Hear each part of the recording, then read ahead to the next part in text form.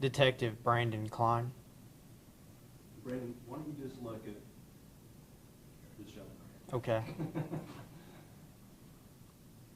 Go for it. So can you walk us through and tell us what happened? Yes, on August 1st, 2019 at 3:35, officers were dispatched to 9 Linden Drive, reference to a stabbing. When officers arrived on scene, they located the offender, identified as Zachary Lamar Martin, holding 2 knives. Martin was taken into custody without incident.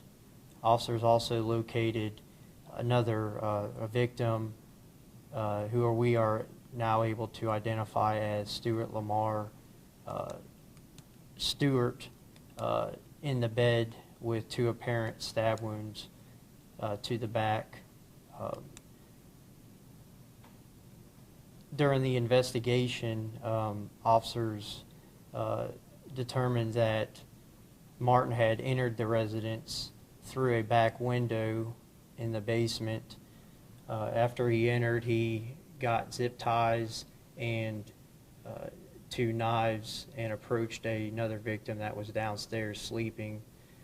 He zip tied that victim's hands behind his back, went upstairs, and he encountered another female victim who he held at knife point and brought her downstairs. After that, he proceeded back up the stairs where his ex-girlfriend and the victim were located at. He crawled over his ex-girlfriend and proceeded to stab the victim twice in the back. After that, he placed the ex-girlfriend in a chokehold and held a knife up to her throat. Other residents in the house heard screaming, and they rushed into the room and were able to separate Martin from the girlfriend. The victim, Sheldon Stewart, was taken to Newnan, Piedmont by EMS, and he had succumbed to injuries.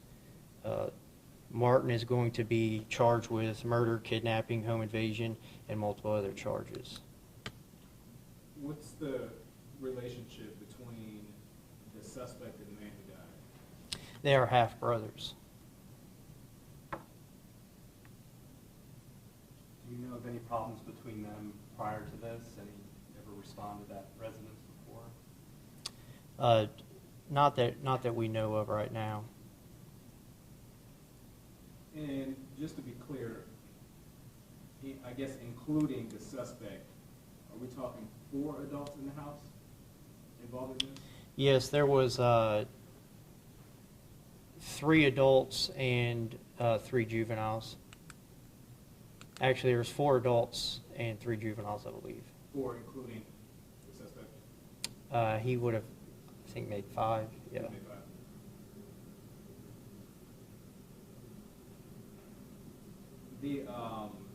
We had spoken with someone who lives in the house, and she referenced and didn't go into detail that the guy, you said Sheldon Stewart? Yes. Who died, that he saved her daughter's life. Do you know what that means? After he was stabbed, he and the girlfriend's father were able to physically remove Martin from his grasp when he had her in a chokehold and was holding the knife up to her throat.